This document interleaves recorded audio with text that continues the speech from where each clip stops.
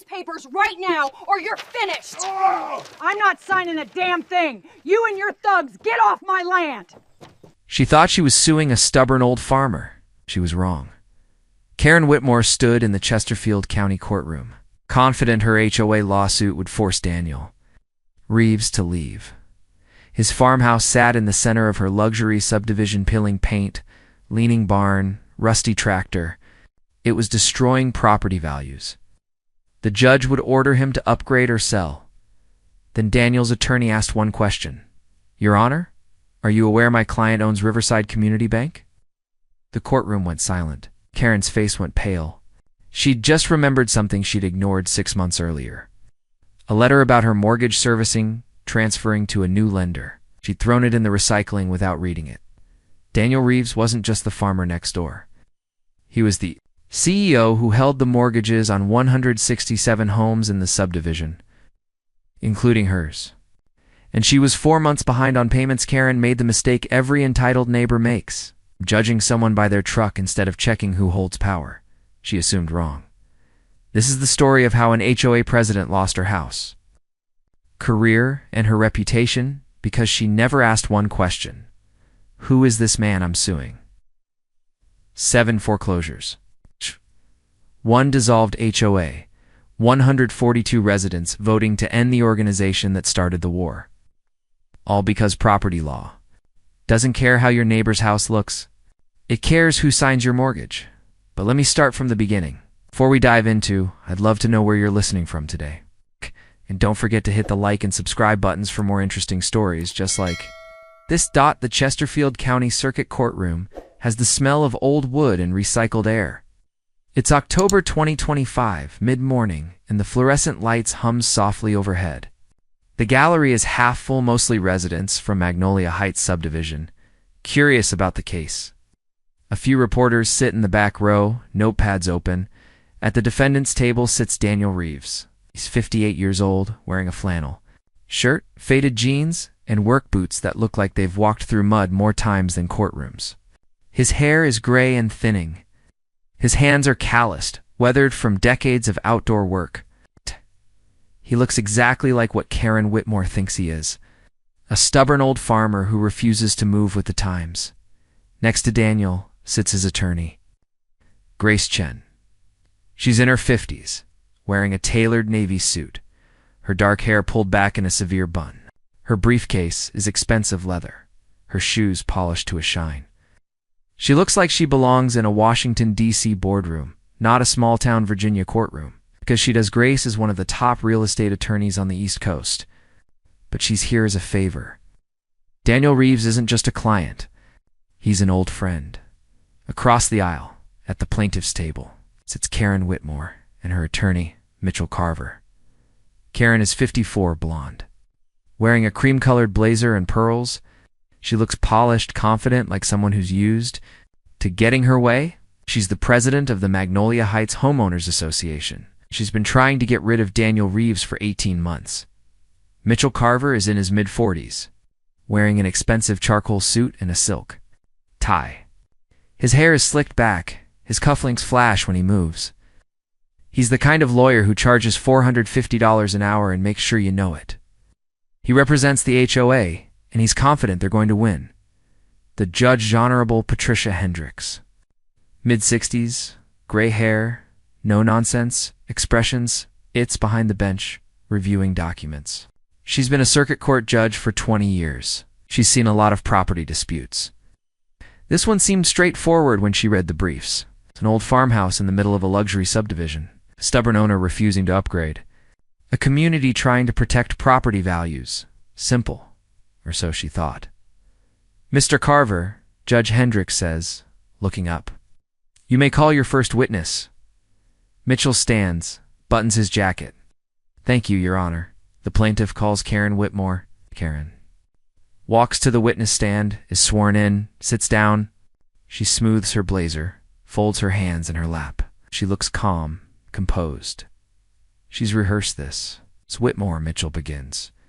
"Can you describe your role in the Magnolia Heights community?" "The president of the Homeowners Association," Karen says. "I've lived in Magnolia Heights for 2 years. I was elected president last year. And what prompted this lawsuit? Karen takes a breath, looks at the judge. Your Honor, Daniel Reeves owns a property in the center of our subdivision, a farmhouse. It's old, unmaintained, and frankly, it's an eyesore. The paint is peeling. The barn is falling apart. There's rusty farm equipment scattered around. It looks like a junkyard. And it's surrounded by homes worth $700,000 to over $1 million. Mitchell projects photos onto a screen. The first image shows Daniel's farmhouse, a 2-story wooden structure. White paint faded and chipped, shutters hanging crooked. The roof has visible patches. Behind it, an old barn leans slightly to one side, its red paint almost entirely worn away. In the foreground, an ancient tractor sits on cinder blocks, rust covering the wheel wells. The second image shows the subdivision. Pristine 2-story homes with manicured lawns, fresh paint, brick facades. Magnolia trees line the streets. Looks like a magazine spread. The contrast is stark. Ms. Whitmore, Mitchell continues, how has Mr. Reeves's property affected the community? It's destroying our property values, Karen says, her voice rising slightly. People drive through our neighborhood and the first thing they see is that farmhouse. It's embarrassing. We've had potential buyers walk away from homes because they didn't want to live next to ... that. She gestures toward Daniel without looking at him. And have you attempted to resolve this issue with Mr. Reeves? Multiple times, Karen says. I've spoken with him personally. I've sent letters on behalf of the HOA. We've offered to help him renovate. We even offered to pay for part of the work. Refuse everything. Did he give a reason? He said it's his family's property and he'll do what he wants with it, Karen says. He doesn't care about the community. Doesn't care that he's hurting the rest of us. Mitchell nods, turns to the judge. Your Honor, Mr. Reeves has been offered generous compensation for his property. The original developer offered him $2 million. He refused. The HOA offered to subsidize renovations. He refused. He's had every opportunity to be a good neighbor, and he's chosen not to. The community has rights too. Judge Hendricks glances at Daniel, who's sitting quietly, expression neutral. Mr. Reeves, you'll have your chance to respond. Mr. Carver, anything else? Just one more point, Your Honor. Mitchell projects another document. In August 2025, Chesterfield County passed Ordinance 2025-47, the Neighborhood Standards Act. It requires property owners in residential zones to maintain their properties according to community aesthetic standards. Mr. Reeves's property is in clear violation. We're asking the court to enforce the ordinance and order Mr. Reeves to either upgrade his property to meet community standards or sell it. Judge Hendricks leans back, looks at the photos again. She doesn't look thrilled, but she's listening. Miss Chen, does your client have a response? Grace stands. She doesn't rush. She takes her time smoothing her jacket, picking up a tablet. Yes, Your Honor. But before we address the merits of the HOA's claims, I'd like to introduce evidence. That fundamentally changes the nature of this case. Mitchell frowns. Karen's expression shifts slightly. She looks puzzled. Judge Hendricks raises an eyebrow. Proceed. Grace taps her tablet. A document appears on the screen. Riverside Community Bank. Mortgage Portfolio Acquisition Agreement. March 2024, Your Honor, Grace says, her voice calm and precise. My client, Daniel Reeves, is the CEO and majority shareholder of Riverside Community Bank, a regional lender with over $400 million in assets. In March 2020, for 7 months before this lawsuit was filed, Mr. Reeves's bank acquired the mortgage portfolio for Magnolia Heights subdivision from the original lender, his First National Mortgage Group. The courtroom is very quiet now. Grace continues. Mr. Reeves now holds the mortgages on 167 of the 180 homes in the subdivision. She pauses. Lets that sink in, including the home of the plaintiff, Ms. Karen Whitmore. Karen's face goes pale. Her mouth opens slightly, but no sound comes out. Mitchell's expression hardens. Your Honor, Grace doesn't stop. Every one of those mortgages contains a standard acceleration clause, which is legal and enforceable under Virginia law. The clause allows the lender in this case, Mr. Reeves to demand immediate full payment of the loan if the collateral, meaning the home, is threatened with a loss of value. Judge Hendricks leans forward. Counselor, what's your point? My point, Your Honor, is this. If the HOA succeeds in forcing Mr. Reeves off his property, and if property values decline as a result, which the HOA itself claims will happen then, Mr. Reeves has the legal right to accelerate every one of those 167 mortgages. That means 167 homeowners would be required to pay off their loans in full, immediately. We're talking about approximately $120 million in outstanding mortgage debt. The courtroom erupts. Residents in the gallery start whispering, some standing. Judge Hendricks bangs her gavel. Order. Order. Mitchell shoots to his feet. Your Honor, that's extortion. This is a blatant attempt to intimidate. No, Mr. Carver. Grace's voice is sharp now. It's contract law. Your client signed those mortgages. They agreed to the terms, including the acceleration clause. Mr. Reeves is simply informing the courtan, the HOA, of his legal rights. If the HOA forces him off his property and property values drop, he has every right to protect his collateral. Judge Hendricks looks at Daniel, who's been sitting quietly the entire time. Mr. Reeves. Is this accurate? Daniel stands. He's slow about it. Like standing in court isn't something he does often. Yes, Your Honor, he says. His voice is soft, calm, with a slight Virginia drawl. I bought that mortgage portfolio as a business investment. My bank has been the lender for Magnolia Heights since March 2024. I've been fair to every borrower. If someone pays on time, they never hear from me. But if this HOA tries to force me off land my family's owned since 1895, I'll protect my interests. And that includes the value of the collateral securing those loans. Judge Hendricks's expression is unreadable. She looks at Mitchell. Mr. Carver, does your client wish to proceed with this lawsuit? Mitchell turns to Karen, leans down. They whisper frantically. Karen's shaking her head, her face red now, her hands trembling. She whispers something sharp. She shakes her head again. Mitchell straightens, clears his throat. Your Honor, we need to reassess. 2. Consult with our client and the HOA board. Judge Hendricks sighs. Motion to recess granted. 1 hour. We'll reconvene at noon. She bangs the gavel. The courtroom explodes into noise. Residents are talking loudly, some shouting. A reporter in the back row is already on her phone. Karen sits frozen at the plaintiff's table, staring at Daniel. Her expression is a mix of shock, fury, and something close to panic. Daniel sits back down, folds his hands. Grace leans over, whispers something to him. He nods. Across the aisle, Mitchell is gathering his papers, his jaw tight. Erin finally stands, her legs unsteady. She looks at Daniel one more time, and her expression is pure hatred. But behind the hatred is fear, because Karen Whitmore just realized something. She thought she was suing a powerless old farmer. She just found out she was suing the man who could take her house with one phone call.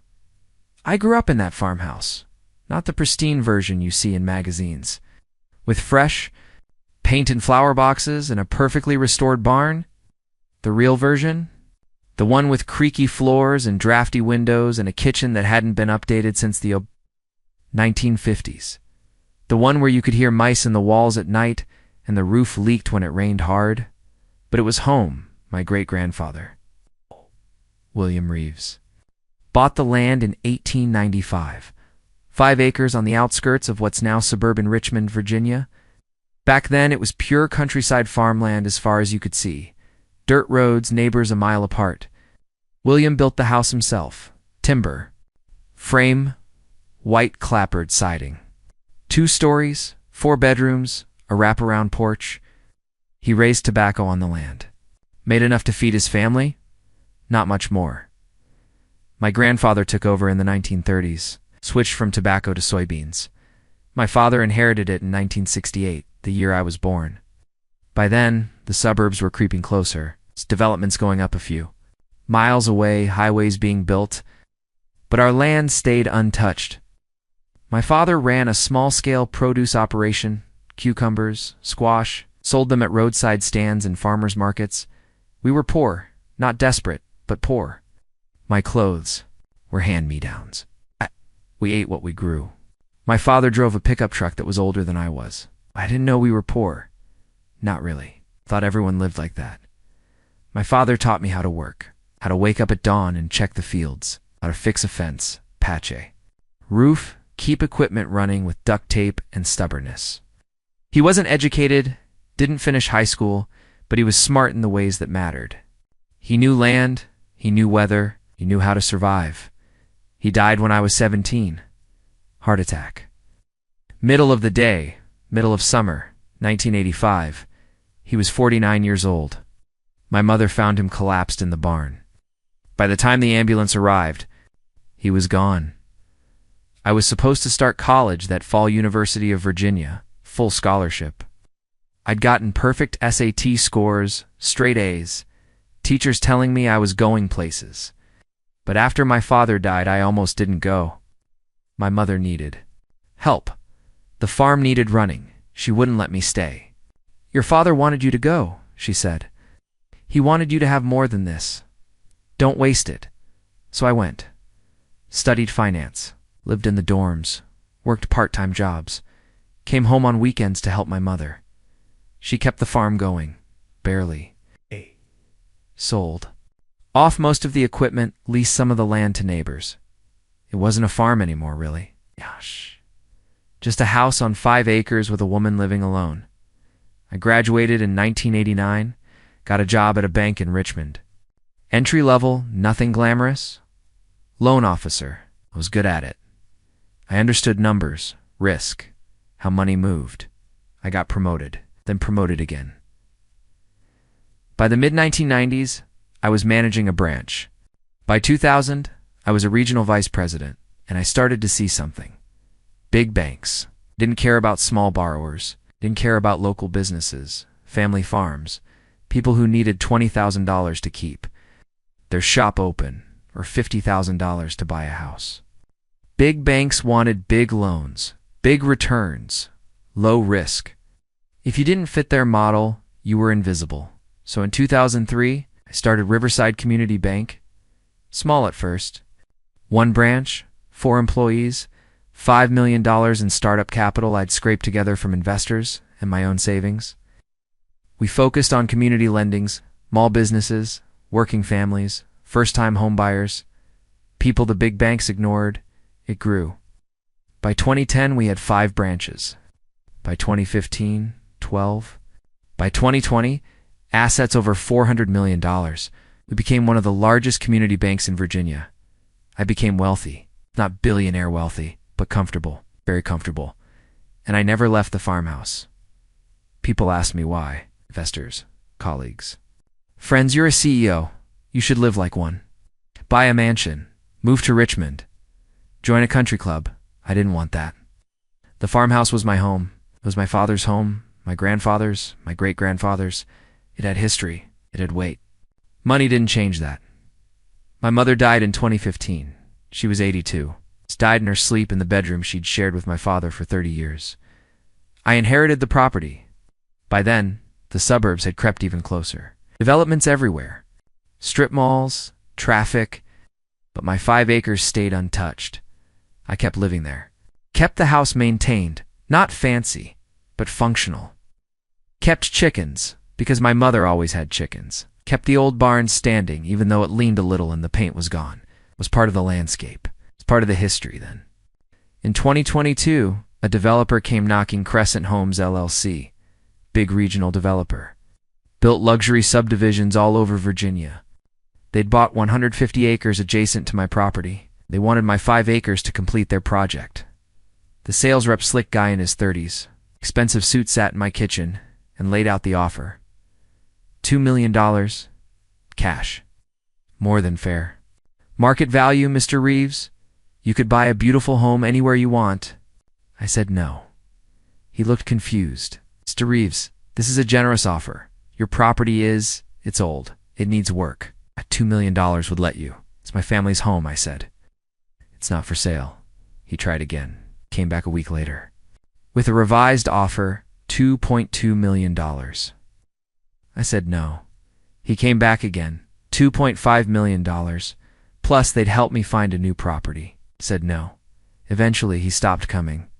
Crescent Homes built their subdivision anyway. They just built it around me. Magnolia Heights. 180 homes on winding streets with names like Willow Grove Lane and Heritage Oak Drive. Homes priced between $700,000 and $1.2 million.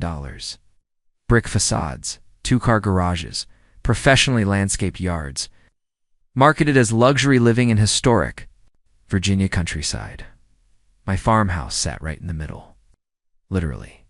If you drove into the subdivision from the main entrance, the first thing you saw was my property. 5 acres of old trees, overgrown grass, a weathered farmhouse, and a leaning barn. An island of the past and a sea of the present. At first, the neighbors were curious, polite. They'd wave when they drove past. Few stopped by to introduce themselves. "We love the historic character of your home," they'd say. "It adds charm to the neighborhood." I'd nod, thank them, keep to myself.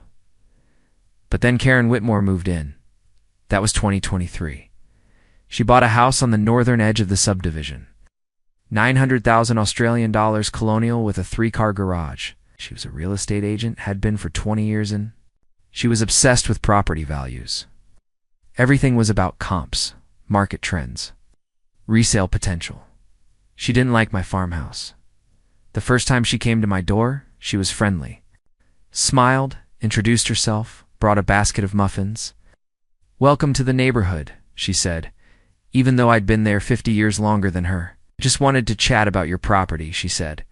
"It's such a lovely piece of history. But I think with a little updating, it could really shine. Fresh paint, maybe replace that barn, clean up the yard. The HOA has funds for community improvement projects. We could help."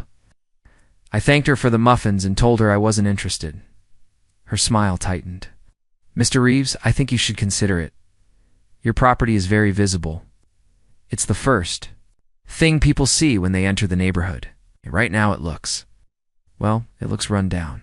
It's a 130-year-old farmhouse," I said. "It's supposed to look old, but it doesn't have to look neglected. I maintain it fine." Her smile disappeared. "Mr. Reeves, I'm trying to be neighborly here, but your property is affecting everyone's home values. You need to think about the community." "I am thinking about the community," I said. "I'm not bothering anyone. I keep to myself. If people don't like how my house looks, they don't have to look at it." She left, didn't take the muffin basket with her. 2 weeks later, I got a letter from the Magnolia Heights HOA. Formal, printed on official letterhead, listed violations, peeling paint, unmaintained barn, unsightly farm equipment, my grandfather's old tractor, which I kept for sentimental reasons, and chickens. Apparently livestock wasn't allowed in the subdivision. I read the letter and threw it away. My property predated the HOA by 127 years. I wasn't subject to their rules. They had no authority over me. Karen didn't stop. Next year, she sent more letters. Showed up at my door 3 more times. Organized a petition, 150 residents signed it, demanding I upgrade or leave. She even tried to get the county involved, claiming my property was a health hazard. It wasn't. I ignored all of it. I had work to do. A bank to run. A life to live. But in March 2024, something happened that Karen didn't know about. My bank acquired the mortgage portfolio for Magnolia Heights. It was a standard business transaction. First National Mortgage Group, the original lender for the subdivision, wanted to offload some regional mortgages. They were consolidating, focusing on larger markets. My bank was expanding. We bought the portfolio, 167 mortgages, about $140 million in outstanding debt. I didn't plan it as leverage against the HOA. I didn't even think about the HOA when we made the deal. It was just good business. Solid collateral, reliable borrowers, decent interest rates, but I didn't advertise it either. Borrowers got letters notifying them that their loan servicing had transferred to Riverside Community Bank. Most people don't read those letters. They keep making payments to whoever sends the bill. As long as the terms don't change, they don't care who holds the mortgage. Karen got one of those letters. I know because my bank's records show it was mailed to her address. She didn't read it. By the summer of 2024, Karen's harassment campaign had escalated. She was posting about me on social media, calling me a blight on the community. She organized neighborhood meetings to discuss the farmhouse problem. She contacted county officials, pushing for stricter property maintenance laws. In September 2025, the county passed Ordinance 2025-47, the Neighborhood Standards Act. It was vague, poorly written, pushed through by developer lobbying and HOA pressure. It required property owners in residential zones to maintain aesthetic standards consistent with the surrounding community. Karen saw her opening in October 2025. The Magnolia Heights HOA filed a lawsuit against me. They claimed my property violated the new ordinance, depressed property values, and constituted a community blight. They wanted a court order forcing me to upgrade the property or sell it. I hired Grace Chen. Grace and I went to UVA together. We were in the same economics class freshman year, became friends, stayed in touch over the decades. She went to law. School became one of the best real estate attorneys on the East Coast. When I called her about the lawsuit, she didn't hesitate. "They're suing you over a farmhouse," she said. "That's insane." "That's Karen Whitmore," I said. Grace flew down from DC, reviewed the case, and started digging. She discovered the mortgage connection within a week. "Daniel," she said on the phone, "do you realize you own their mortgages?" "I know," I said. "Do they know?" "I don't think so." There was a pause. Then Grace laughed. "Oh, this is going to be fun." We planned the courtroom strategy carefully. Let Karen and her lawyer make their case. Let them feel confident. Then drop the bomb. And that's exactly what we did. Karen thought she had me cornered. Thought I was just a stubborn old man clinging to the past. Thought she could pressure me, sue me, force me out.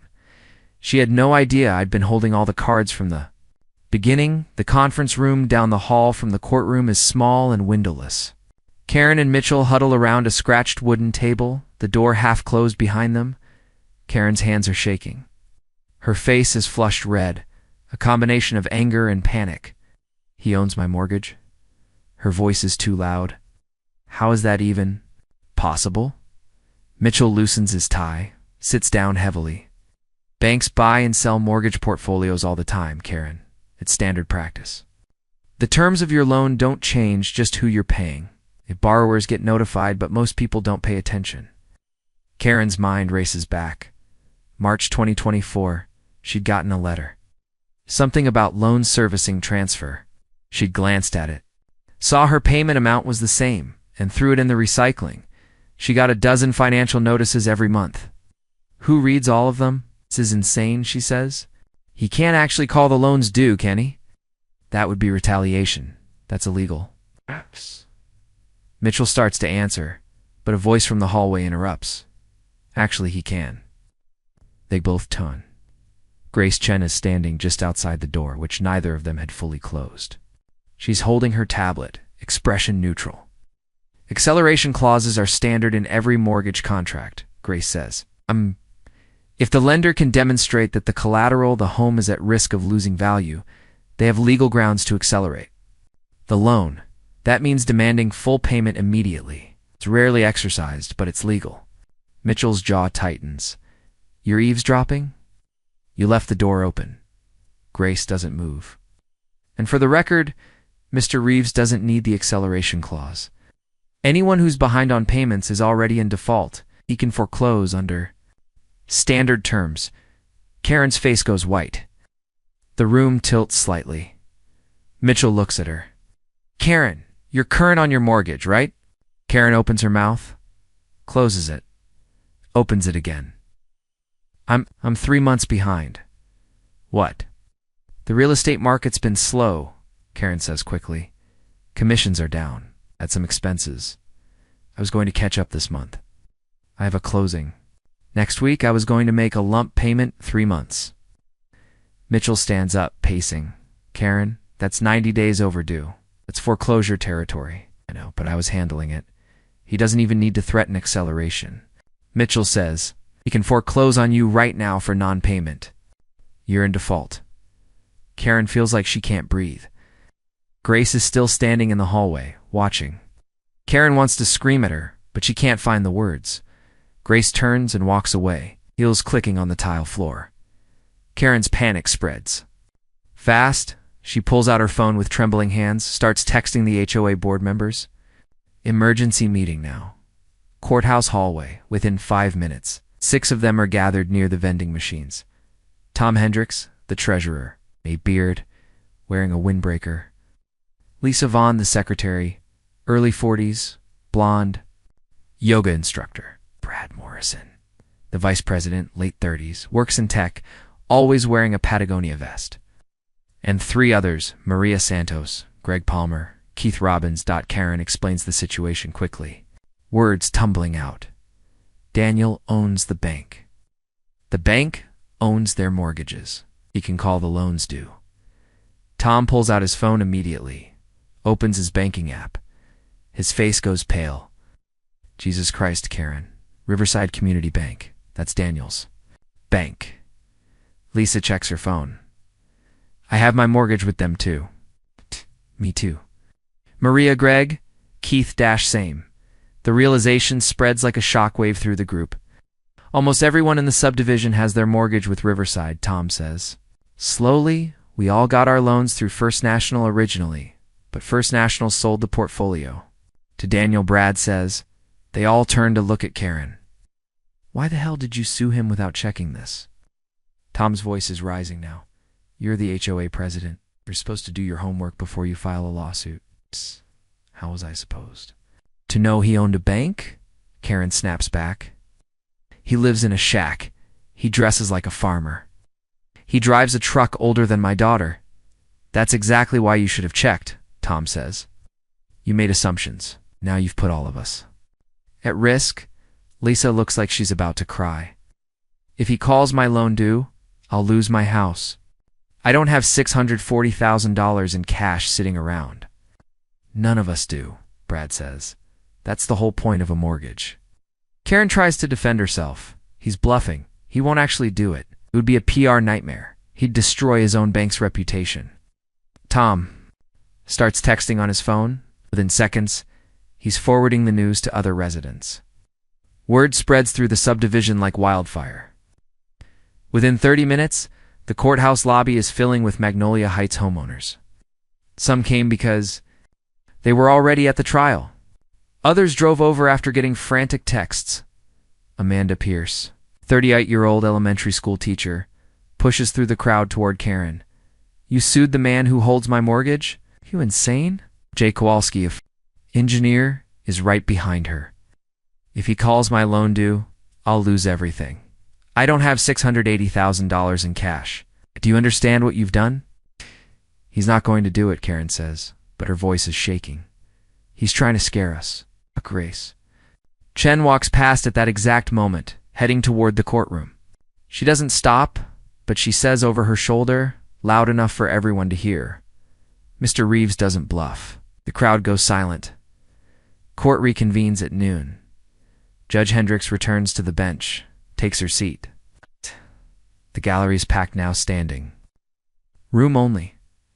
Residents from Magnolia Heights fill every available space. The energy in the room is tense, electric. Mr. Carver.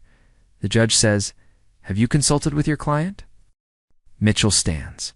His expression is tight, controlled. Yes, Your Honor. The plaintiff wishes to withdraw the lawsuit. Immediately, Judge Hendricks raises an eyebrow. Motion granted. Case dismissed. She bangs the gavel once. Karen sits frozen. At the plaintiff's table, her face is blotchy, her hands clenched in her lap. She looks like she's going to cry, but won't let herself. Daniel stands, nods politely to the judge. He picks up his jacket from the back of his chair, walks toward the exit. Grace follows him. Neither of them looks at Karen. The courtroom erupts into murmurs as they leave. Outside the courthouse, the October sun is bright and cool. Reporters are waiting on the steps. 3 local news crews, a couple of print journalists. Word had leaked during the recess that something unusual was happening. A reporter with a microphone rushes toward Daniel. Mr. Reeves, did you buy those? Mortgages to intimidate the HOA? Daniel stops, turns to face the camera. His expression is calm, almost tired. No, I bought them as a business investment in March 2024. The lawsuit wasn't filed until October 2025. 7 months later, I had no way of knowing this would happen. You accelerate the mortgages? Another reporter shouts. Not unless I have to, Daniel says. I'm a fair lender. People who pay on time have nothing to worry about. I've never foreclosed on anyone who kept their end of the agreement. Grace steps forward. That's all. Thank you. She and Daniel walk toward the parking lot. The cameras follow them. Daniel unlocks a faded blue 1998 Ford F-150. The paint is chipped. One of the side mirrors is held on with duct tape. He climbs in, starts the engine with a rattling cough. One of the reporters leans toward her cameraman and whispers, That's the guy who owns a $400 million bank? The cameraman zooms in on the truck as it pulls away. Back at the courthouse, Karen is leaving through a side exit, trying to avoid the cameras. But she's surrounded almost immediately not by reporters but by residents.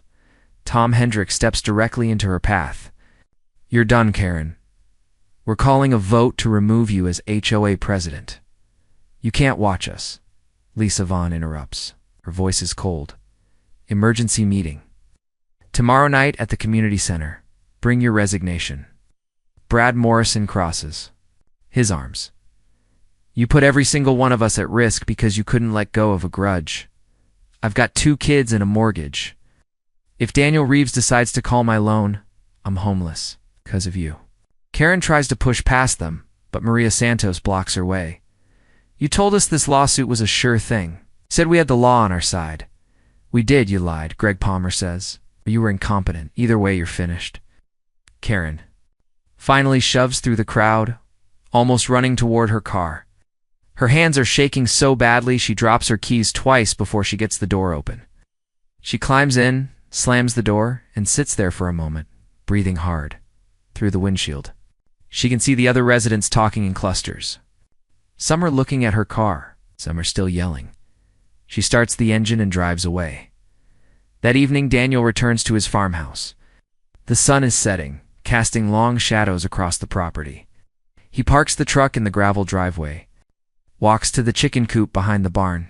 His chicken 6 hens, Rhode Island Reds rush toward him, clucking expectantly. He scatters feed, checks their water, latches the coop door. Then he walks to the porch, sits down in the old rocking chair that's been there since his father's time. His phone rings. Grace. You handled that well, she says. I didn't want this, Grace. I know, but they pushed you. Daniel looks out at the fields, the old barn silhouetted against the darkening sky. You think they'll leave me alone now? Grace pauses. Karen. No, she's not the type to let go. She's humiliated, angry, and backed into a corner. That's dangerous. But the rest of them? They'll fall in line. They know it's at stake now. Daniel sighs. I just want to live in peace, I know Grace says. But sometimes peace has a price. They talk for a few more minutes, then hang up. Daniel sits on the porch as the stars come out, listening to the crickets. The distant sound of traffic from the subdivision. He thinks about Karen's face in the courtroom. The shock. The rage. Grace is right. Karen isn't done. Karen lost the lawsuit. But she didn't lose her anger, and that was going to be a problem. I'd wake up at 5:30 a.m., same as every day. Make coffee in the old percolator my mother used. Stand on the porch while it's still dark, listening to the world wake up. 2 weeks since the trial. 2 weeks since Karen's lawsuit collapsed in that courtroom. I thought it was over. I walked down the gravel driveway toward the road to get the newspaper. Yes, us. I still get the physical paper, and I see it immediately. My mailbox is destroyed. The post is bent at a 45-degree angle. The metal box smashed in like someone took a baseball bat to it. Letters and flyers are scattered across the grass, damp with morning dew. I stand there, a coffee mug in my hand, staring at the wreckage. This is the 3rd incident this week. Monday morning, I found eggs thrown at the side of the farmhouse. Yolk running down the clapboard siding. Shells stuck in the dried paint. It took me an hour to clean it off Wednesday. Someone dumped a bag of trash at the entrance to my driveway. Fast food wrappers, empty bottles, spoiled food. I had to pick it up piece by piece, load it into garbage bags, haul it away myself. And now this, I know who's behind it. I don't have proof, but I know Karen Whitmore. The week after the trial, the HOA held an emergency meeting. I wasn't there, I was invited, but I declined. Grace told me what happened. The board voted 6-1 to remove Karen as president. The only vote against was Karen's own. Tom Hendricks, the treasurer, was elected the new president. His first act was to issue a formal apology to me on behalf of the HOA. He sent it in a letter, hand-delivered to my door. Mr. Reeves, we deeply regret the conflict that has arisen. The board recognizes that your property predates the subdivision and is not subject to HOA rules. We promise no further harassment and hope to coexist peacefully as neighbors. I appreciated the gesture. I thought maybe things would settle down, but Karen refused to resign from the board. She kept her seat as a member at large. According to Tom, she's been seething ever since. I pick up my scattered mail, straighten what I can of the mailbox post. It's too bent to fix properly. I'll need to replace it. I walk back to the house. My coffee cold now. Karen starts a private Facebook group 2 days after losing her position as president. I don't have Facebook, never saw the point, but my neighbor Diane Chen tells me about it. Diane is 62, a retired high school teacher who lives 3 houses down from the entrance to the subdivision. She's one of the few people in Magnolia Heights who's been consistently kind to me. She stops by one afternoon, looking concerned. Daniel, you need to know something, she says. Karen started a Facebook group. She calls it Magnolia Heights Property Values Defense. It has 47 members. Out of 180 homes? Yes. Not exactly a majority. But she posts about you constantly. 3-4 times a day. Ow! Still refuses to upgrade his property. His barn is an eyesore. We have rights to. That kind of thing. I sigh. Let her talk. I'm not bothering anyone. It's Daniel. I think she's organizing something. Some of the posts talk about taking action and making a stand. I just wanted you to be careful. I will. Thanks, Diane. She leaves, and I sit on the porch, looking out at the subdivision. I can see the rooftops of the houses, the manicured streets, the identical mailboxes lining the road. I don't want trouble. I never did. But trouble keeps finding me. Saturday morning, early November. I wake to the sound of voices outside. At first I think it's neighbors talking on the street. But the voices are too loud, too many of them. I get out of bed, pull on jeans and a flannel shirt, walk to the window. There are people on my driveway. 20, maybe 30 of them. Standing in a cluster near the road, holding signs. I can read some of them from here. Upgrade or leave. Respect. The neighborhood, stop holding us hostage. And at the front of the group, holding a megaphone, is Karen Whitmore. Daniel Reeves. Her voice crackles through the speaker, loud and distorted. Come out and talk to us. We deserve answers. I stand. At the window, watching. My chest feels tight. This is my property, my home. And they're standing on my driveway like they own it. I pull out my phone, call Grace Chen. She answers on the second ring. Daniel, there are protesters on my property. Karen Whitmore and about 30 people. What do I do? Don't engage, Grace. Says immediately, do not go outside. Call the sheriff. They're trespassing. I hang up, dial the sheriff's office. The dispatcher takes my information, says deputies are on the way. I wait. The protesters keep chanting. I can't make out all the, words. But I hear my name over and over. 15 minutes later, a sheriff's cruiser pulls up. Deputy Martinez-Ive, met him before, filed reports with him, steps out, walks toward the group. Ma'am, he says to Karen, this is private property. You need to leave. Karen lowers the megaphone. We have a right to protest, not on private property. You don't. You have 5 minutes to clear out, or I start making arrests. The crowd grumbles. shifts. A few people start walking toward their cars immediately. Others hesitate, looking at Karen, glares at Martinez, then turns toward my house. She looks directly at the window where I'm standing. "This isn't over," she mouths. Then she turns and walks away. The rest of the protesters follow. Martinez stays for a few minutes, talking to me through the front door. "You want to press charges?" "Not yet," I say. "Just get them off my property. You got it? We'll increase patrols in the area. But if this happens again, call us immediately." Willie leaves. I sit on the porch watching the last of the cars disappear down the road. 2 days later, the story hits the local news. The segment airs on Monday evening. I don't watch it, but Diane records it and brings me a copy on a USB drive. The title card reads, "Suburban David versus Goliath. HOA battles bank CEO over historic farmhouse." The reporter interviews Karen outside her home. She's wearing a blazer. Makeup perfect, hairstyled. She looks composed, reasonable. "He's using his wealth and power to bully an entire neighborhood," Karen says. "We just want him to maintain basic standards. Paint his house. Repair his barn. Be a good neighbor," the interviewer asks. "But his property isn't subject to HOA rules. Correct?" "Technically no," Karen says, "but morally. He has a responsibility to his neighbors. We all live here together. His property affects all of us." The segment shows photos.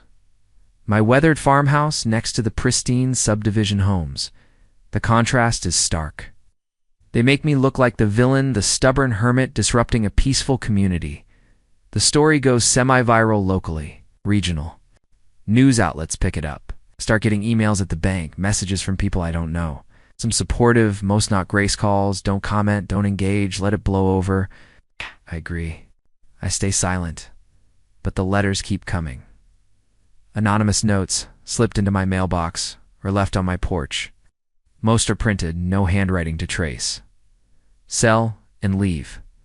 You're not welcome here. Go back to whatever hole you came from." One is particularly nasty. "You know you're home alone. Old farmhouses burn easy. I take that one to the sheriff's office." Martinez reads it, his expression grim. "We'll increase patrols," he says, "but unless you have proof of who sent it, ... I know who's behind this. Knowing and proving are different things, Mr. Reeves." I leave the sheriff's office feeling helpless, angry. Mid-November. I walk out to the barn one morning and find it vandalized. Someone spray-painted "Leave" in huge red letters across the side. The paint is still wet, dripping.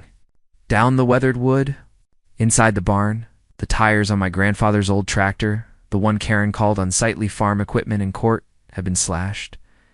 I stand there, staring at the damage. I call the sheriff again. Martinez comes out, takes photos, files a report. "Any witnesses?" "Security cameras." "No cameras. It's a farm, not Fort Knox. I'll put it in the report." But without evidence, I know. Without evidence, there's nothing they can do. That same day, Karen posts in her Facebook group, Diane sends me a screenshot. "Interesting news from the farmhouse. Guess karma works in mysterious ways." I forward the screenshot to Grace. "It's not enough for a lawsuit," she says. She didn't admit to anything. But keep documenting. Save everything. I'm documenting. I'm saving everything, but I'm also running out of patience. Late November, I walk out to the chicken coop one morning and find 3 of my hens dead. I stand. They're frozen. These aren't just chickens. I've had them for years. I know their personalities. The Rhode Island Red, who always pecks at my boots. The smaller one, who's shy, hides in the corner. They're pets. 2 others are alive but sick, stumbling, breathing hard. I scoop them up, rush them to the vet in town. The vet examines them, runs tests. "Antifreeze poisoning," she says. Someone fed them something. These 2 might make it, but it's touch and go. I feel something break inside me. I call the sheriff again. Martinez comes out, examines the coop. "No signs of forced entry," he says. "Someone just walked in. My property isn't fenced on the side facing the subdivision. People can access it easily. If they want to, I'll file the report," Martinez says. "But unless we catch someone in the act, ... I know," I say quietly. "I know." That night, I sit on the porch staring at the dark subdivision. Lights glow in the windows of the houses. Families inside, eating dinner, watching TV, living their lives. One of them poisoned my chickens. I'm done being patient. I call Grace. Check. Karen Whitmore's mortgage records, I say. How far behind is she? There's a pause. Daniel, ... Are you sure? She killed my chickens, Grace. She's been harassing me for months. Vandalizing my property, organizing protests. I've been patient. I've been fair. I'm done, Grace sighs. Let me pull the records. The next day, she calls back. Karen is 120 days past due, Grace says. For months, that puts her officially in the foreclosure window. Can I proceed? Legally? Yes. But Daniel, if you foreclose on her now, she'll say it's retaliation. The optics, I don't care about optics, I say. She stopped paying her mortgage. That's a breach of contract. I'm enforcing the terms she agreed to. This isn't retaliation. It's accountability. The timing will look suspicious. The timeline shows she stopped paying in June before the lawsuit was even filed. The facts are on my side. Grace is quiet for a moment. You're sure about this? I'm sure. All right, she says. I'll draft the foreclosure notice. I hang up and sit on the porch, watching the sun set over the farmhouse. Karen thought she could push me until I broke. Thought I'd eventually give up, sell the property, disappear. She was wrong. I don't break. I just stop being merciful. Karen Whitmore wakes up early on a cold December morning. The kind where frost covers the windows and your breath clouds in the air. She's about to make coffee when she notices something taped to her front door. A certified letter. Large envelope. Official dash looking. She opens the door, pulls it off. Her hands are already shaking before she even opens it. Notice of foreclosure of Riverside Community. Bank is hereby initiating foreclosure proceedings on the property located at 42 Heritage Oak Drive. Pursuant to default on mortgage loan number 478-29921, borrower is currently 120 days past due on mortgage payments. Total arrearage, $18,400, including 4 months of missed payments plus late fees and administrative costs. Borrower has 30 days to cure the default by paying the total arrearage in full or vacate the property. Failure to comply will result in foreclosure, sale, and eviction proceedings. Karen's legs go weak. She sits down hard on the entryway floor, still holding the letter. $18,400. She doesn't have it. The real estate market has been brutal for the past 6 months. Commissions down, sales falling through, clients backing out. She's been living on credit cards, juggling bills, telling herself she'd catch up once the next closing went through. But the closings keep getting delayed, and now it's too late. She pulls out her phone with trembling hands, dials Mitchell Carver. 7 a.m., but this is an emergency. He answers on the 4th ring, voice groggy.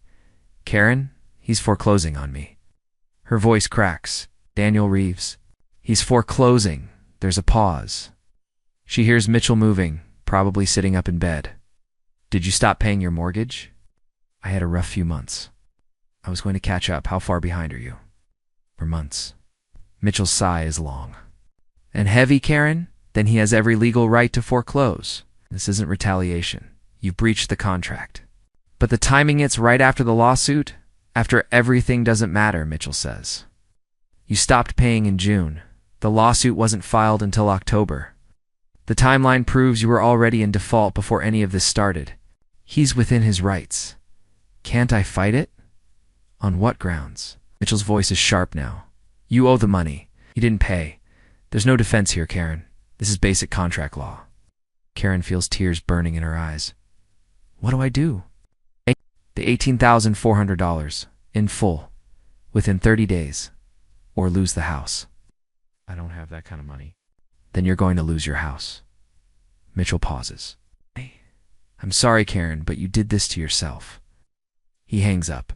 Karen sits on the floor of her entryway, staring at the foreclosure notice.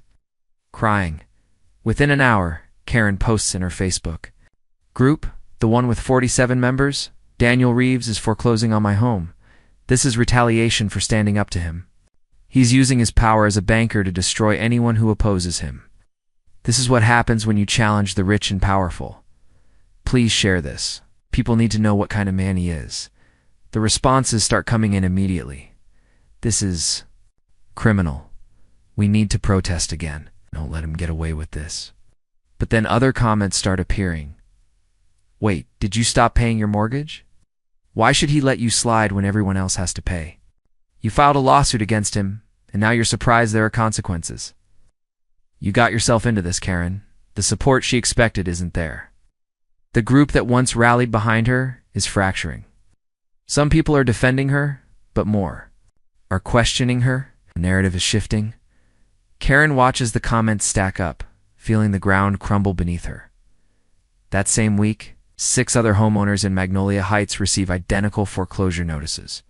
Brad Morrison, the former HOA vice president, finds his tape to the door just like Karen did. He's 2 months behind, $9,200 owed. He's been struggling since his company did layoffs. He thought he had time to catch up. Lisa Vaughn, the former secretary, gets hers in the mail. 3 months behind, $13,800. Her husband lost his job in September. They've been burning through savings. For others, Maria Santos, Greg Palmer, Keith Robbins, and Jennifer Huang all received notices. All were vocal supporters of the lawsuit. All signed the petition demanding Daniel leave. And all are between 60 and 120 days overdue on their mortgages. 7 foreclosures total. All at once, panic spreads through Magnolia Heights like wildfire. Residents start frantically checking their mortgage accounts, making sure they're current. Some make extra payments just to be safe. Others call the bank, demanding confirmation that they're not on the list. Tom Hendricks, the current HOA president, calls an emergency meeting. It's held at the community center on a Thursday evening. 140 residents show up, the largest turnout in the subdivision's history. Tom stands at the front of the room, looking tired. He's been fielding phone calls and angry emails. For 2 days straight, let me be very clear, he says, voice firm. Daniel Reeves is not randomly foreclosing on people. Every single person who received a notice is behind on their mortgage payments. Some by 2 months, some by 4. If you're current on your payments, you have nothing to worry about. Karen stands up from the back row. Her face is blotchy, eyes red. This is targeted. He's punishing us for the lawsuit. Tom turns to face her. You stopped paying your mortgage, Karen. That's not punishment. That's consequences. Brad Morrison stands up too. I'm only 2 months behind. That's not foreclosure worthy. Actually, legally it is, Tom says. Most banks offer grace periods and work with borrowers, but they're not required to. You signed a contract, you agreed to make payments, you stopped paying. Ow. Daniel Reeves is enforcing the contract. That's his right. Ow. Lisa Vaughn is crying now. What are we supposed to do? Tom's expression softens slightly. Pay what you owe, or lose your houses. I'm sorry, but those are the only options. The room erupts into arguments. Some people defend the foreclosed homeowners, saying Daniel is being cruel. Others say they brought it on themselves.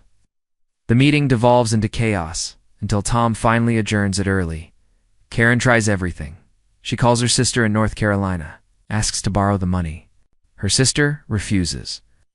Karen, I don't have $18,000 lying around, and even if I did, you'd never pay me back. She calls friends. No one has that kind of cash to lend. She applies for a personal loan at 3 different banks. All deny her. Her credit score has tanked from the missed mortgage payments. She tries to list her house for a short sale, selling it for less than she owes and asking the bank to accept the reduced amount. She fills out the paperwork, submits it to Riverside Community Bank. 3 days later, she gets a response. Short sale denied. Property appraisal indicates current market value exceeds outstanding loan amount. Full payment of arrearage required. Translation: her house is worth more than she owes. The bank won't take a loss when they don't have to. In desperation, Karen drives to Daniel's farmhouse. It's late afternoon, the sun low in the sky. She parks on the gravel driveway, walks up to the porch, and knocks. Daniel opens the door. He's wearing jeans and a flannel shirt, holding a cup of coffee. He looks at her but says nothing. "Please," Karen says. Her voice is shaking. "I know I made mistakes. I know I went too far. Please, give me more time. I'll pay you back. I swear. Just don't take my house." Daniel's expression doesn't change.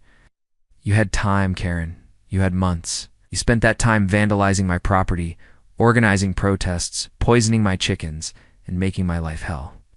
Now you want mercy? Didn't poison your chickens. You orchestrated everything else," Daniel says calmly. "You filed a lawsuit trying to take my home. You harassed me for 18 months. You turned my neighbors against me. And now you want me to save your house?" Karen's crying now, tears streaming down her face. "I made mistakes. I'm sorry. Please." Daniel looks at her for a long moment. "You're not sorry for what you did. You're sorry you're losing. There's a difference. Please. ... You have 30 days, Daniel says. "I suggest you use them to find somewhere else to live." He closes the door. Karen stands on the porch, sobbing, and turns and walks back to her car. 30 days pass. December bleeds into January. The holidays come and go. None of the 7 homeowners can come up with the money. The foreclosure sales are scheduled. Local media picks up the story. Bank CEO forecloses on 7 neighbors, and HOA dispute reporter interviews Karen outside her house, cameras rolling. She's lost weight, looks exhausted. "He's destroying families," she says, voice raw. 7 families, losing their homes right before Christmas. This is what happens when one person has too much power. The reporter tries to get a comment from Daniel, calls his office, shows up at the farmhouse. Daniel declines every interview. The foreclosure sales are completed in mid-January 2026. All 7 properties revert to Riverside Community Bank ownership. Sheriff's deputies serve eviction notices. Karen has 2 weeks to vacate. She packs her belongings in cardboard boxes, loads them into a U-Haul she rented with her last credit card. She's moving into a small rental apartment across town, 1 bedroom. $1,200 a month. In a neighborhood she used to drive through quickly with the doors locked. Her real estate career is finished. A foreclosure on her record means her credit is destroyed. Her license is still valid. No one wants to hire an agent who couldn't manage her own finances. As she's loading the last boxes, neighbors walk past. Some look sympathetic. Most just look away. Diane Chen, Daniel's friendly neighbor, walks by with her dog. She stops, looks at Karen. "You brought this on yourself, Karen." Karen doesn't respond. She climbs into the U-Haul and drives away. Daniel stands on his porch that afternoon, watching the moving truck pull out of Karen's driveway. House sits empty now, windows dark. His phone rings. "Grace, 7 foreclosures," she says. "You know what people are saying about you? That I'm ruthless?" "Yes." Daniel leans against the porch railing. "Good, maybe they'll think twice before they mess with me again." "What are you going to do with the houses?" Daniel looks out at the subdivision. 7 empty houses now, 7 families. Displaced, he feels the weight of it, but he doesn't regret it. "I have an idea," he says. "But first, I'm going to let things settle." Grace is quiet for a moment. "You won, Daniel." "I know, but it doesn't feel like winning, does it?" Daniel doesn't answer. He hangs up and sits down in the old rocking chair. Karen is gone. But the story isn't over, because Daniel isn't done making a point. The story exploded in late January 22/6. What started as a local news segment turned into regional coverage and state coverage, the national outlets picking it up as a human interest story. The headlines got more dramatic with each retelling. Billionaire banker evicts 7 families in HOA feud. "I'm not a billionaire. My bank has $400 million in assets. I'm comfortable, but I'm not running a Fortune 500 company." Didn't matter. The narrative was too good. Wealthy CEO ruthlessly destroys working families over a petty property dispute. Photos circulated online. Karen loading boxes into a U-Haul, tears on her face. Brad Morrison's kids watching as movers cleared out there. How's Lisa Vaughn sitting on her front steps, head in her hands, and me? I was the villain. The cold-hearted banker who cared more about a rundown, his farmhouse, than human lives. The hate mail started immediately. Emails flooded into the bank's general inbox. You're a monster. Do you sleep at night? I hope you lose everything like those families did. Some were coherent, angry, but reasonable. Others were unhinged, full of threats and obscenities. My assistant, Linda Perkins, called me one afternoon.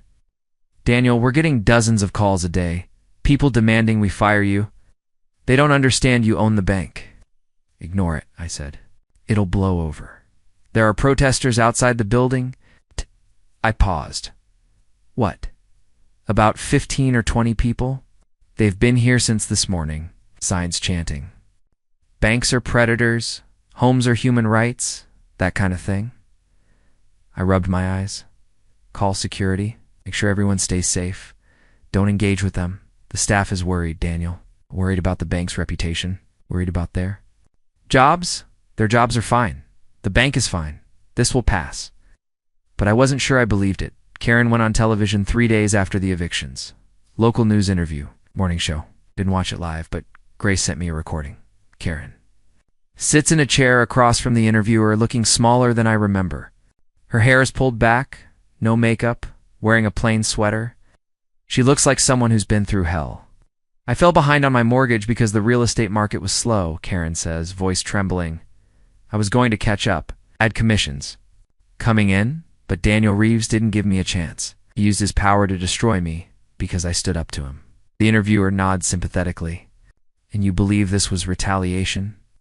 Absolutely, Karen says. He poisoned the whole neighborhood against me. He used his money and his position to manipulate everyone. He's a bully. Couldn't handle someone challenging him, so he destroyed me.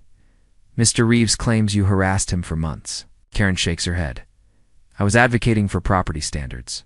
It's not harassment. I was trying to protect our community's property values. That's my job as a real estate professional. About the vandalism? The interviewer asks. The protest on his property? I never vandalized anything, Karen says firmly. And the protest was peaceful. We were exercising our First Amendment rights. He called the police on us like we were criminals. The interview ends with Karen crying, I lost everything. My home.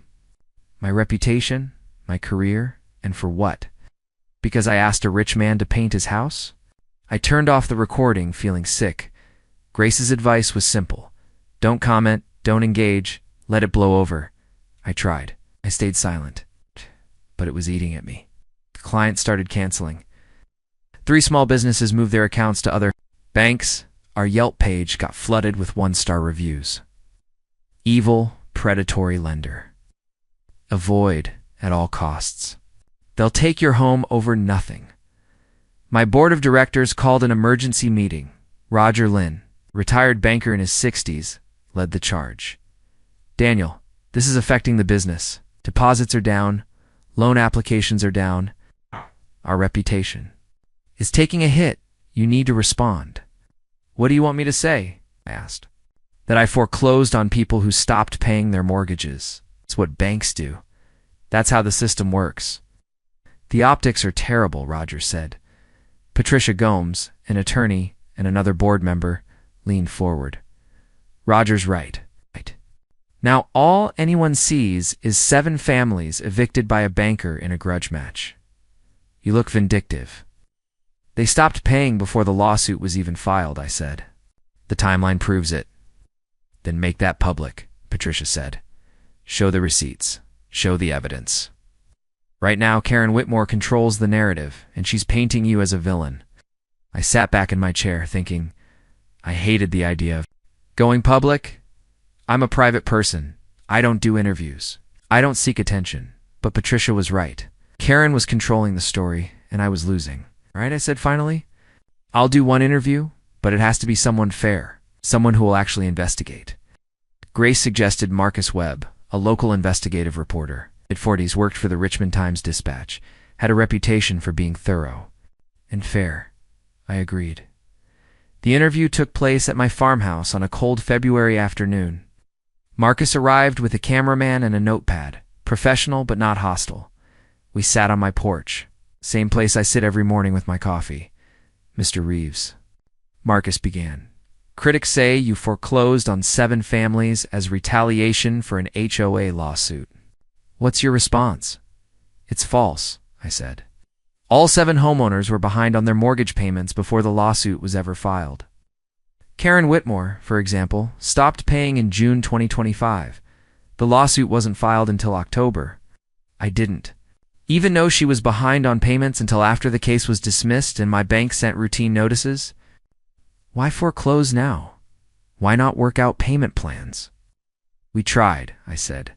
My bank sent multiple notices to all 7 homeowners. We offered payment plans, extensions, every option we legally could. All 7 refused to engage or couldn't come up with the funds. And in Karen's case specifically, while she was ignoring her mortgage obligations, she was vandalizing my property, organizing harassment campaigns, and making my life hell. Marcus leaned forward. You have evidence of that? Yes, I handed him. A folder. Police reports documenting vandalism's mashed mailbox, graffiti on my barn/tires, vet bills for my poisoned chickens, screenshots of Karen's Facebook group where she celebrated the vandalism, text messages from other residents, describing her obsession with driving me out. Marcus flipped through the documents, nodding. I gave her every chance to act like an adult, I said. She chose harassment instead. And when her mortgage came due, I enforced the contract she signed. That's not retaliation. That's accountability. Marcus spent the next week investigating. He contacted the sheriff's office, verified the police reports. He interviewed other residents of Magnolia Heights. He pulled mortgage records, confirmed the payment timelines. His follow-up article ran the following Sunday. The full story. What really happened in Magnolia Heights, the article was thorough, detailed, and fair. It included a timeline showing that all 7 homeowners had stopped paying months before the lawsuit. It showed evidence of Karen's harassment, campaign vandalism, protests, social media posts. It quoted other residents who confirmed Karen's obsession. Karen was relentless. One neighbor said she wouldn't let it go. She made it her personal mission to get rid of Daniel. She brought this on herself, another resident said. She stopped paying her mortgage and spent her time harassing him instead of fixing her finances. The article went viral locally first, then regionally. Public opinion shifted almost overnight. Comments under the article. Okay, so he didn't just randomly evict people. She poisoned his chickens? She deserved it. Why is no one talking about the harassment he endured? Some people still defended Karen. Banks shouldn't have this much power. Foreclosure is cruel no matter the circumstances. But the majority opinion had changed. She stopped paying her mortgage and harassed him for months. Actions have consequences. Karen's troubles didn't end with losing her house. 2 weeks after Marcus's article ran, the Virginia Real Estate Board suspended her license. An investigation triggered by the publicity around the lawsuit found that she'd failed to disclose conflicts of interest in prior deals and had misrepresented property values to clients. Her license was suspended pending a formal review. Grace told me it would likely be revoked permanently. Karen filed for bankruptcy in March. Then, 3 months after moving into her rental apartment, she was evicted again. Noise complaints, conflicts with neighbors. She moved in with her sister. In North Carolina, the other 6 foreclosed homeowners quietly moved on. Brad Morrison found a rental apartment, set up a payment plan, started rebuilding his credit. Lisa Vaughn divorced. Her husband's financial stress had destroyed the marriage. Moved to a different city to start over. The others scattered, some staying local, some leaving Virginia entirely. None of them publicly blamed me anymore. They knew they'd stop paying. They knew the consequences. One evening in late February, Grace came to visit. We sat on the porch. Watching the sun set over the farmhouse, you won, she said. The story's out. Your reputation's recovering. Karen's gone. I didn't want to win, I said. I wanted to be left alone. You were left alone. Now you are again. I looked out at the subdivision, Lights glowing in the windows. Families inside, living their lives. 7 houses still sat empty, dark. At what cost, I asked. 7 families lost their homes. 7 families stopped paying their mortgages and harassed you, Grace said firmly. You enforced the contracts they signed. That's not cruelty, Daniel. That's accountability. It still feels heavy. Grace was quiet for a moment. It's because you're a good person, but good people are allowed to defend themselves. You didn't start this, Karen did. You just finished it. I nodded, but the weight didn't lift. The foreclosures were over. The media storm was fading. Karen was gone, but I still owned 7 empty houses in a subdivision that had spent the last year hating me. It was time to do something about that. February 2026, 7 houses sit empty in Magnolia Heights. The windows are dark, the driveways bare. No cars, no lights, no signs of life. They stand like ghosts in the middle of the subdivision, reminders of what happened when the neighborhood went to war with Daniel Reeves. Riverside Community Bank owns all 7 properties now. Legally, Daniel could sell them on the open market, recover his losses, maybe even turn a profit. Market value for homes in the subdivision is still strong, $700,000 to $900,000 each. But Daniel has a different idea. He calls Tom Hendricks, the current HOA president, and asks for a meeting. Tom agrees immediately. He's been trying to repair the neighborhood's relationship with Daniel for months. The meeting is held at the community center on a Tuesday evening. Tom brings 3 other board members, Janice Wu, an accountant in her 40s, Diane Chen, Daniel's friendly neighbor, and Robert Kim, a retired engineer. Grace Chen sits beside Daniel, her briefcase open on the table in front of her. Thank you for coming, Daniel says. He's wearing jeans and a button-down shirt, relaxed. But serious, of course, Tom says. What did you want to discuss? Daniel leans forward. I want to dissolve the HOA. The room goes silent. Tom blinks. What? The HOA, Daniel repeats. I want it dissolved, terminated, gone. Janice Wu frowns. Mr. Reeves, you can't just dissolve an HOA. We have bylaws, a legal structure. There are covenants attached to every property deed. Grace interrupts smoothly. Actually, you can. Under Virginia law, if 75% of homeowners vote to dissolve the HOA, it's terminated. All covenants, rules, and restrictions end. The properties revert to standard zoning regulations. Tom looks stunned. Why would homeowners vote? For that? Because I'm going to make them an offer, Daniel says. He explains. Daniel will sell the 7 foreclosed homes back to the community at 20% below market value. House for $560,000. It's a significant discount, enough to attract buyers who couldn't otherwise afford homes in the subdivision. But there's a catch. The HOA must be dissolved first, and all buyers must agree to permanent covenants protecting Daniel's property. No future lawsuits, no harassment, no attempts to force him to alter or sell his land. Grace slides a document across the table. It's legal. It protects Mr. Reeves and gives the community a chance to buy quality homes at reduced prices. Everyone wins. Tom picks up the document, reads it slowly. And if we don't agree, Daniel's expression doesn't change. Then I sell the houses on the open market. Whoever buys them, buys them. And the HOA stays intact with me holding the mortgages on 167 of your homes. Your choice. Tom looks at the other board members. Janice is reading the document. Diane is nodding slowly. Robert looks thoughtful. Can we bring this to the full membership? Tom asks. That's why I'm here, Daniel says. Tom calls an emergency. HOA meeting for the following Saturday. 160 residents show up, almost the entire subdivision. The community center is packed. Folding chairs fill the room, people standing along the walls. The energy is tense but curious. Tom stands at the front, holding the proposal. Daniel Reeves has made an offer. He's willing to sell the 7 foreclosed homes at 20% below market value. But he's asking for 2 things in return. The dissolution of the HOA and protective covenants on his property, preventing future legal action or harassment. The room erupts into murmurs.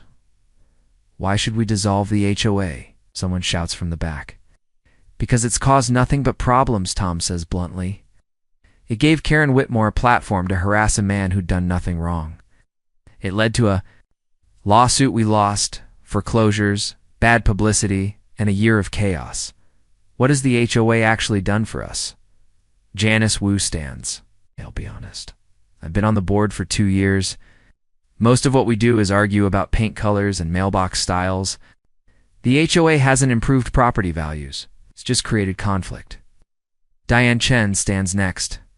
I've lived here 3 years. The HOA has done nothing but cause problems.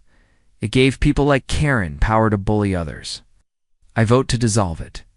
A man near the front, Jeff Torres, mid-30s, works in finance, stands up. This feels like extortion. He's forcing us to give up our HOA, or he won't sell the houses. It's not extortion, Tom says. He owns the houses. He can do whatever he wants with them. He could sell them at full price to anyone. Instead, he's offering us a discount.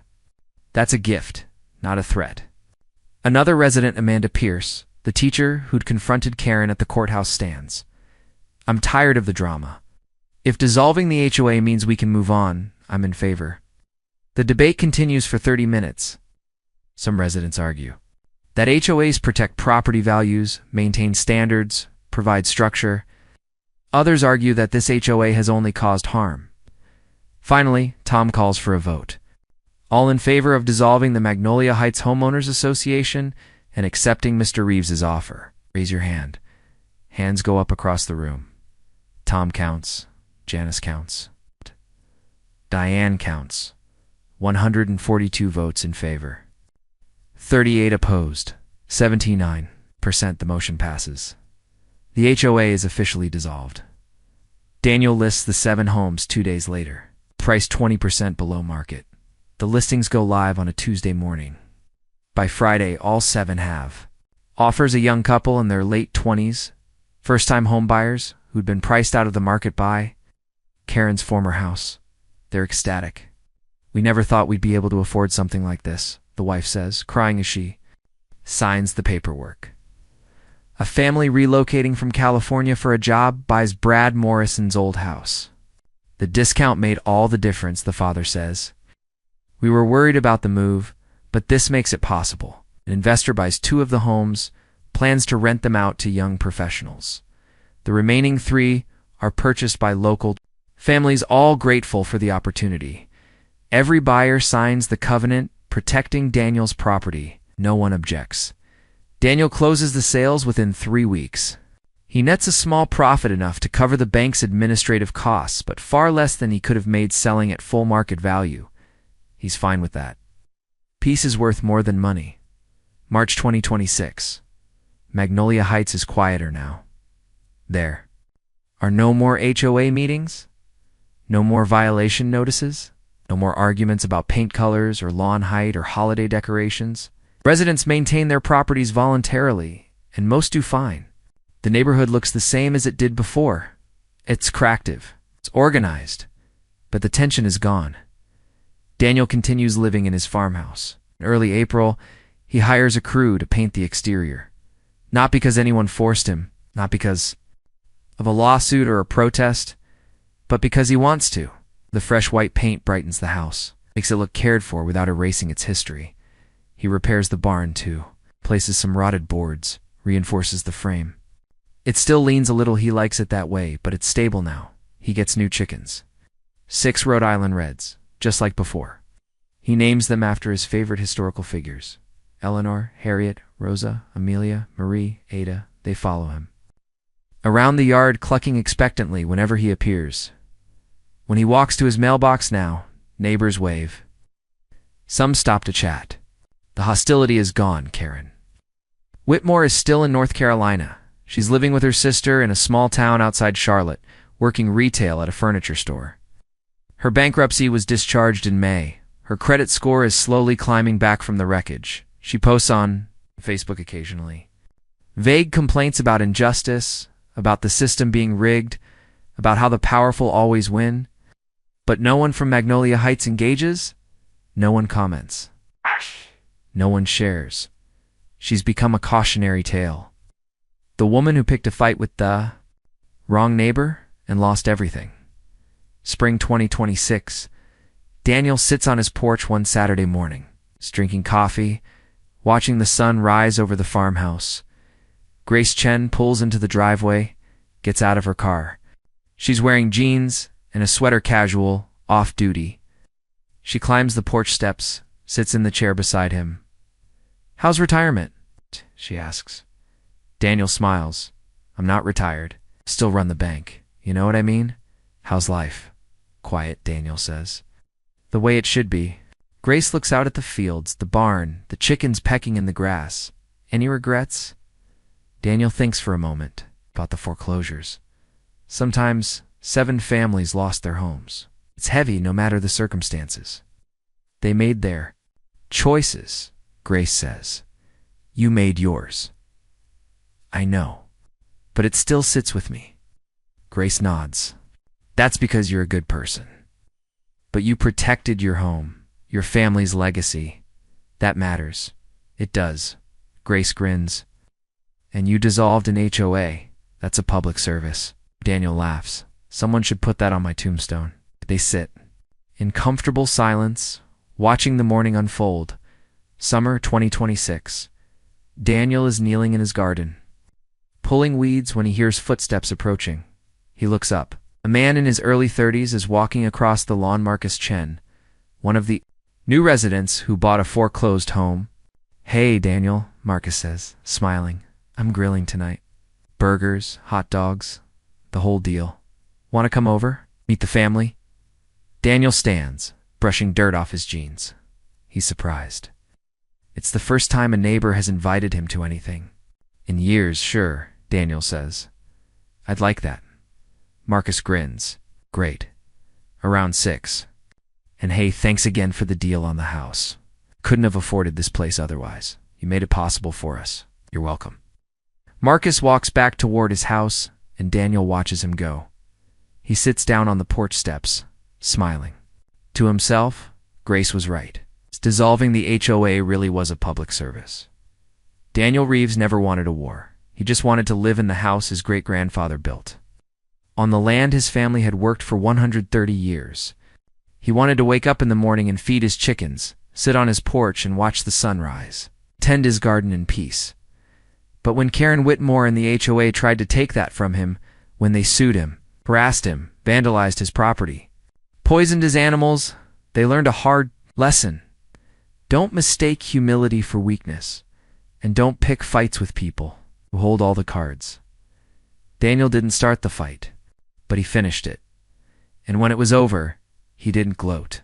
He didn't punish the subdivision. He gave them a path forward, a way to move on, rebuild, coexist, because that's what Daniel does. He builds, he protects, he endures. Late summer evening. Daniel stands on his porch, looking out at the farmhouse. The paint is fresh now, the barn repaired. The chickens are safe in their coop. The garden is full of tomatoes and cucumbers, just like his father used to grow. Beyond the property line, the subdivision glows with evening lights. Families inside, living their lives. No HOA meetings, no conflict. Just neighbors, coexisting. Daniel takes a sip of his coffee, still hot from the pot inside. He's not rich because he owns a bank. He's rich because he gets to stay home.